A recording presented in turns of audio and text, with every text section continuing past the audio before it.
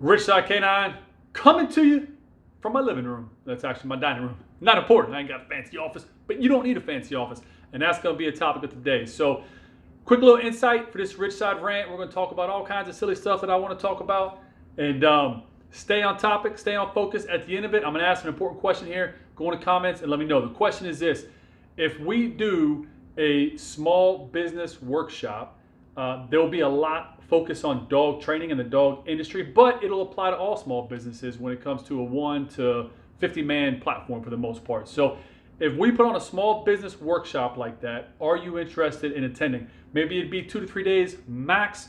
It'll be a lot of hands-on, a lot of testimonial, a lot of learning, sharing. More importantly, we'll bring a lot of small business leaders together, talk, learn, share, and go from there. It'll be open to other dog trainers, other dog training companies. It's all good. It doesn't really matter. There's enough dogs to go around and we can all share. But if Ridgeside Canine sponsors that and we give the platform for the most part, do you want to come? Would you be willing to come? I don't know about cost. I don't know, but it would have to be a cost to basically cover the revenue that will be. You know what I mean? It'll be a micro amount, but that'll just be to cover wherever we're going to be, food, whatever. Okay. So let me know about that. Anyway, moving on. Staying on task. So, dog industry, man, kicked me right in the gonads this month. I had an interesting thing. It was actually November, not December. So, kicked me in the gonads last month. But I read a post the other day, and it was an awesome post, and it really hit me hard because it really directly dealt with some things that I dealt with in the dog industry that were a left field hit out of the blue, didn't even know it was coming, and pow, sucker punch, left hit, completely blindsided. Covertly blindsided at that, secretly blindsided at that. So then when you actually figure out what happened and people bring information to you, just like, what? Crazy. Anyway, dog industry.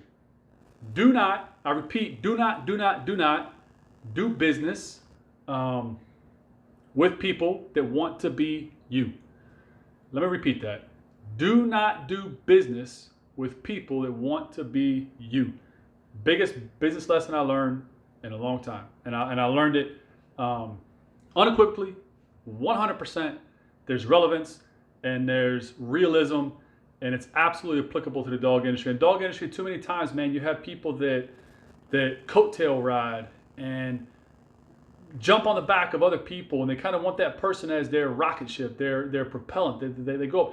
But you got to be real careful in those relationships, and you really got to ask yourself, how did the relationship start?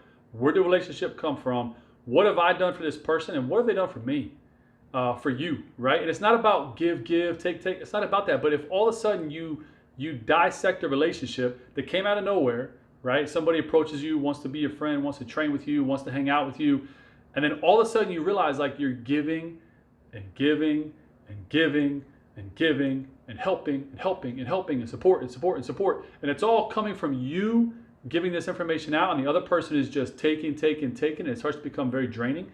And then you have not a competing business, but businesses that are in the same lane, right? And then all of a sudden you realize, wait a minute, is this friendship based on friendship? Or is this friendship based on somebody trying to coattail ride you and propel their business off the back of yours? And once you come to realize that, as I have realized, you have to nip it. You have to boom, cut the cord, man. You're on your own. Go sail your own boat. You know what I mean? Like you can't ride on our revenue and ride on our clients and ride on our platforms when you're just constantly taking. So anyway, I dealt with that a couple months back. No big deal. When that situation occurred and I had to do some very serious self-reflection and start looking back on a lot of things, I said, man, this is like eye-opening. Like, how was I so stupid? How was I so blind? But it wasn't a big deal. I actually still respected the person to a degree and thought, hey, they're going to go far. God bless them. All the luck to you. Rock and roll. But I started noticing some real weird behavior and very strange things because we're both geographically pretty close to each other. No big deal. I write it off. I always try to see the better in somebody. I always try to be that second, third chance. Let me see the better. Nah, it's a misunderstanding. It's whatever. Move on. Life is too important. Did you die? You know what I'm saying? Like, it ain't that big of a deal. Crossed paths with this person not too long ago. And then all of a sudden, I realized one day, randomly, they blocked me on Facebook. I really don't care. I don't buy into that. I think it's childish, stupid games. Always go back to, did you die? Is somebody dead? Somebody bleeding out? You have to go tell somebody's parents somebody's dead? No. So why do you make a big deal about nothing, right? Anyway. Then one day, here recently, I realized this person is mad dogging me bad on private chat groups. Private chat groups that are totally locked down. But see, what they do is they block you first so you can't see anything they post, and then they start their attack. This person has sat up in this living room, in my kitchen, on that island, on that table, on that couch so many times, pouring out their heart, getting advice, having me coach them on all kinds of things. And the minute I said I didn't want to do business with them, it all went to shit real quick. The minute I didn't support that, it all went to shit real quick, but it was never my business to support. You know what I'm saying? But the minute I didn't allow them to coattail ride Ridgeside K9, to jump on our website, to jump on our platform, something that's taken us a tremendous amount of money to build, a tremendous amount of time, a tremendous amount of content, and they want to just jump on it and latch on like a leash and suck all the energy out of it. No, it don't work like that, right? So anyway, the minute you cut it, you realize really quickly you were never a friend. You were never even an associate. You were a stepping stone for that person to try to launch themselves. But real recognizes real, and genuine will always recognize genuine. And you, my friend, aren't real, you ain't genuine, and you will sell your soul. You will sell your soul for nothing more than acknowledgement. And you know who you are. Most of you may even know who I'm talking about, but to your whole world, it's all about acknowledgement. It ain't about being real. It ain't about quality. It ain't about content. It ain't about anything to you other than getting the acknowledgement you so desperately seek. Good luck. Anyway, fast forward. I realized I've been blocked. And then I realized this person's in private chat groups with other grown adults, yakety yak. Not only is he yakking, but he's making up completely fictitious facts. I mean, absolute crazy stuff. Like, it makes me want this person off their meds, and it's direct attacks. I just can't right now, I can't wrap my head around it. So anyway, I said, okay, this is cool. This is good. And I did the normal thing I always do. It ain't that big of a deal, man. Brush it off. I got way too much going on, way too busy. But it did hurt me because I started thinking, man, this person really fooled me. I won over. I'm a simple country kid, but I always go back to like that simple country kid logic. But somewhere along the way, I got a degree at GW, and I was a cop for damn almost 20 years. Like, I shouldn't have fallen for this stuff, right? I've been around the world too many times. I shouldn't have fallen for it, but I did. He got me. And then I started looking at all the other people along the way that warned me, that cautioned me, that said, be careful, this person's a snake. Be careful, it's going to be a problem. Be careful, be careful, be careful, be careful, be careful. And I said, nah, I'm good. I don't worry about that stuff. It ain't no big deal. He's a harmless guy. But damn, I'm one of the victims. So, lesson learned, man. In the dog world, do not do business with somebody that wants to be you.